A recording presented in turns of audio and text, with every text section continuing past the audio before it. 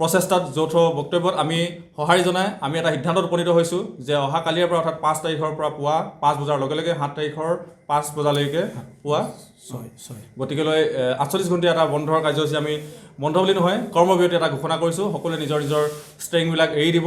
কিন্তু এই কৰ্মসূচীটো কৰিবলৈ যাওঁতে অসমৰ প্ৰত্যেকজন চালক জনগণক মই এটা কথা স্পষ্টকৈ কৈ দিব বিচাৰিছোঁ, লগতে উত্তৰ পূৰ্বাঞ্চলৰ চালকজনক মই এটা কথা স্পষ্টকৈ কৈ দিব বিচাৰিছোঁ যে সদৌ অসম গাড়ী চালক সন্থাৰ আজি যি এইটো প্ৰেছ আপোনালোকৰ সংবাদ মাধ্যমৰ জৰিয়তে আমি জনাব বিচাৰিছোঁ, সদৌ অসম গাড়ী চালক সন্থাৰ কোনো এজন বিষয়ববীয়াই কিন্তু আপোনালোকৰ অনৈতিক কাৰুকাৰ্যত বা হিংসাত্মক কাৰুকাৰ্যত কিন্তু আমি সমৰ্থন নকৰোঁ, নতুবা আমাৰ যৌথ মঞ্চও আপোনালোকক সমৰ্থন নকৰে। যিহেতুকে অহা কালিৰ পৰা যি কৰ্মসূচী আমি হাতত লৈছোঁ, এই কৰ্মসূচীখন সুচাৰু সম্পন্ন কৰিবলৈ আমাৰ ওপৰত জাপি দিয়া বোজাস্বৰূপ এই কলা আইনখনৰ যি বৈষম্যতা দেখা দিছে, এই বৈষম্যতাক আমি প্ৰতিৰোধ কৰিবলৈ আমি যিহেতু আগবাঢ়ি আহিছোঁ, গতিকে সকলো চালকজনক আমি অৱগত কৰিব বিচাৰিছোঁ যে অহা কালিৰ পৰা আপোনালোকে ওলাই আহক, কোনো কথা নাই, ৰাস্তালৈ ওলাই আহিব পাৰে। আপোনালোকে কিন্তু প্ৰতিবাদ কাৰ্যসূচী নল'ব বা হিংসাত্মক কাৰ্যত লিপ্ত নহ'ব, যেনেকৈ কোনোবা এজন চালকক আপুনি নমাই ল'লে কিয় চলাইছ তেনেকুৱা ধৰণৰ কাৰ্যসূচী যাতে কোনো নলয়, বাৰে প্ৰতি আমি কৈ আহিছোঁ, অন্যান্য আমি সামাজিক মাধ্যমৰ যোগেদি জনাই আহিছোঁ। গতিকে এইখিনি কথাত কিন্তু আমি সদৌ অসম গাড়ী চালক সন্থাৰ লগতে যৌথ মঞ্চ কিন্তু ইয়াত জগৰীয়া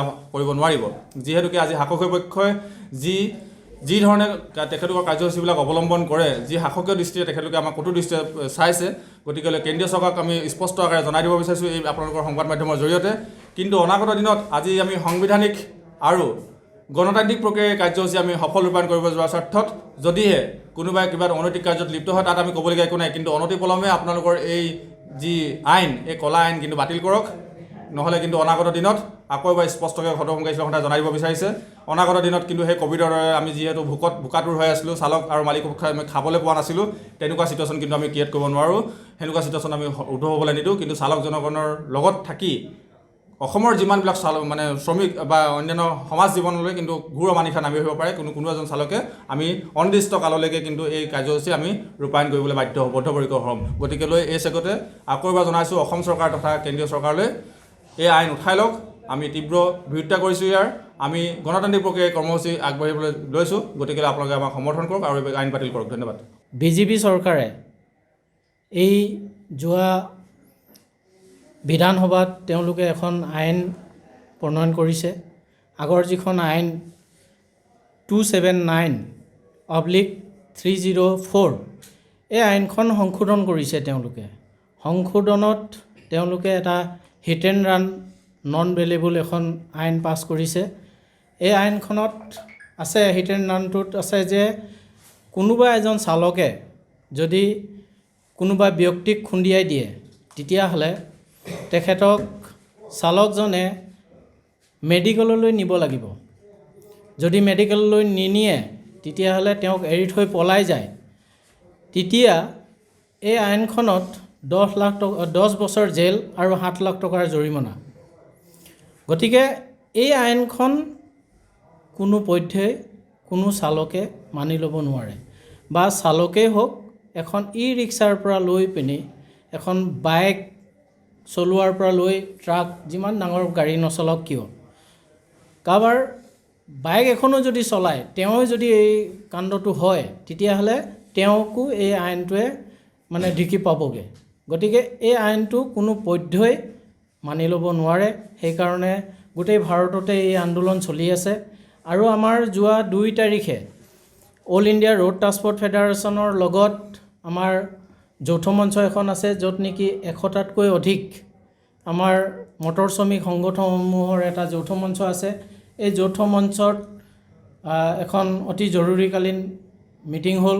সেই মিটিংখনতে সিদ্ধান্ত হ'ল যে আমি 5 আৰু 5 তাৰিখৰ পুৱা 5টা বজাৰ পৰা 6 তাৰিখলৈকে 48 ঘণ্টীয়া এটা কৰ্মবিৰতি ঘোষণা কৰা হৈছে।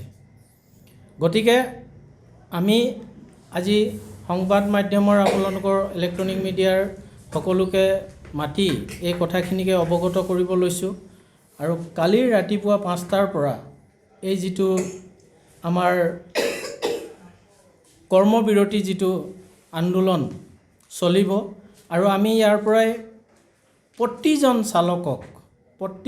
চালকক অসমত প্ৰায় প্ৰতি ঘৰতে এজন চালক আছে, আৰু প্ৰতিজন চালককে আমি অনুৰোধ কৰিম যে এই যিটো আইনখন এইখন আমি একেবাৰে উঘালি পেলাব লাগে।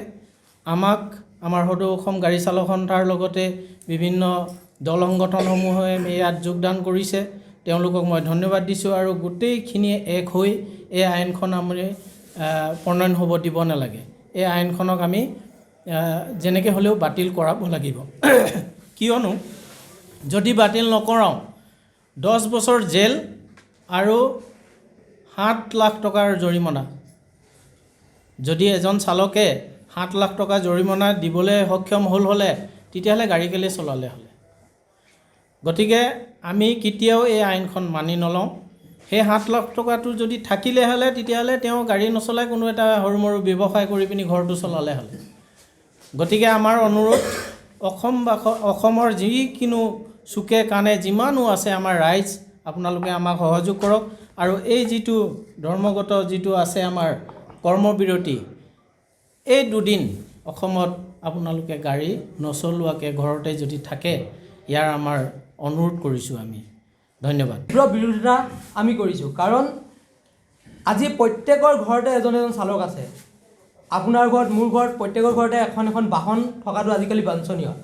যদি সেই বাহনখনে কিবা কাৰণত গৈ কোনোবা ঠাইত অকণমানভাৱে আকস্মিকভাৱে লাগিলে, সেই ক্ষেত্ৰত যদি আমি সেই ঠাইৰ পৰিস্থিতিটো যদি উত্তপ্ত পৰিস্থিতি হয়, যি ঠাইত আমাৰ এক্সিডেণ্ট হয়, সেই ঠাইত আমি ৰৈ থকাটো আমাৰ বাবে কোনো যুক্তিকৰ কথা নহয়। সেই ঠাইত যদি আমি সেই ঠাইৰ পৰা আমি আঁতৰি দিলে আমাৰ ওপৰত এখন আইনৰ মতে কি কৰিছে, নতুন এটা কৰিছে যে 10 বছৰ জেল আৰু 7 লাখ টকা দিব লাগিব।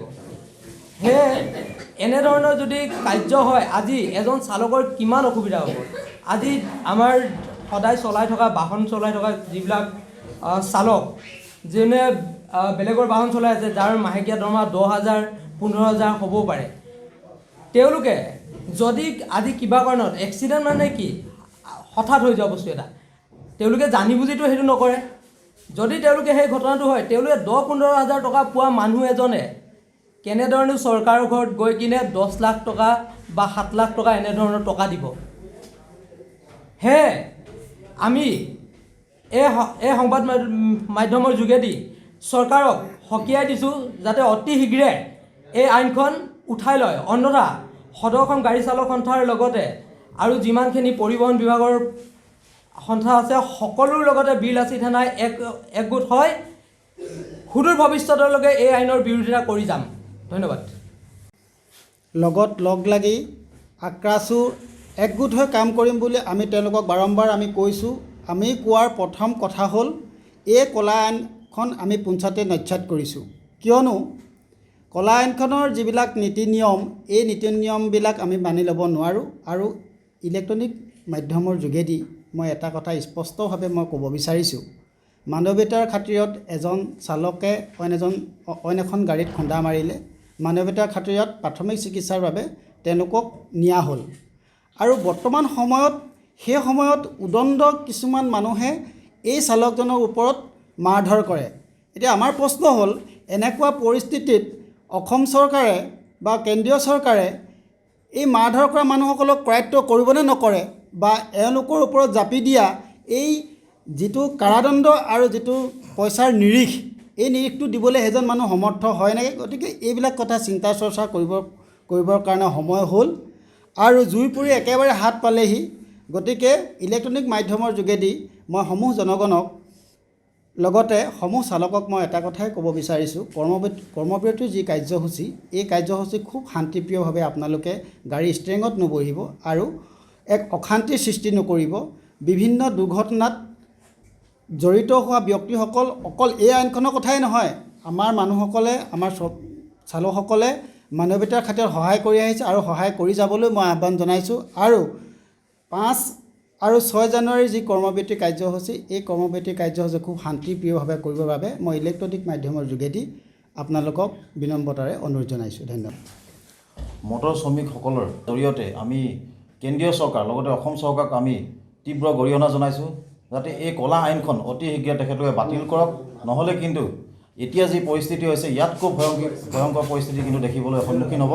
আগন্তুক ইলেকশ্যন আহি আছে, এই ইলেকশ্যনত কিন্তু ইয়াৰ প্ৰত্যুত্তৰ দিবলৈ আমি আমাৰ অসমৰ যিমান চালক আছে বা আমাৰ ভাৰতবৰ্ষৰ যিমান চালক আছে এই চালকসকলে কিন্তু ইয়াৰ প্ৰত্যুত্তৰ দিবলৈ সাজু হৈ আছোঁ আমি বিজেপি চৰকাৰক আমি সকীয়াই দিছোঁ আজি এই আমাৰ সংবাদমেলৰ জৰিয়তে তেখেতলোকে এই ক'লা আইনখন অতি শীঘ্ৰে বাতিল কৰক যদি বাতিল তেখেতলোকে নকৰে বা অমিত শ্বাহে যি এই এ চি ৰুমত বহি তেখেতে যি এখন বনাইছে আইনখন এই আইনখন আমি চালকসকলে অতি সোনকালে তেখেতলোকক আমি বিৰোধ কৰি কিনে আইনখন প্ৰত্যাহাৰ কৰিবৰ কাৰণে আমি দাবী জনাইছোঁ যদি এই আইনখন অতি সোনকালে বাতিল নকৰে তেতিয়াহ'লে কিন্তু ইয়াত আজি যিমানকেইটা জনগোষ্ঠীয় বা জাতীয় জনগোষ্ঠীয় সংগঠন আছে আৰু আগন্তুক দিনত আমি অসমৰ যিমানখিনি জাতীয় জনগোষ্ঠীয় সংগঠন আছে আৰু আমাৰ এই পৰিবহণ যিমানখিনি সংগঠন আছে শ্ৰমিক সংগঠন আছে আমি সকলোখিনি ঐক্যবদ্ধ হৈ কিন্তু ৰাজপথত ইয়াতকৈ আমি ভয়ংকৰ তীব্ৰ আন্দোলন গঢ়ি তুলিবলৈ কিন্তু বাধ্য হ'ম আৰু এই চেগতে আজি আৰু এটা কথা ক'বলৈ লৈছোঁ আমাৰ সদৌ অসম গাড়ী চালক সন্থাই আমাৰ এই কালি যি আমাৰ 5 আৰু 6 তাৰিখত আমাৰ যি 48 ঘণ্টা চকা বন্ধ যি আহ্বান কৰিছে এই কৰ্মবিৰতি যি আমি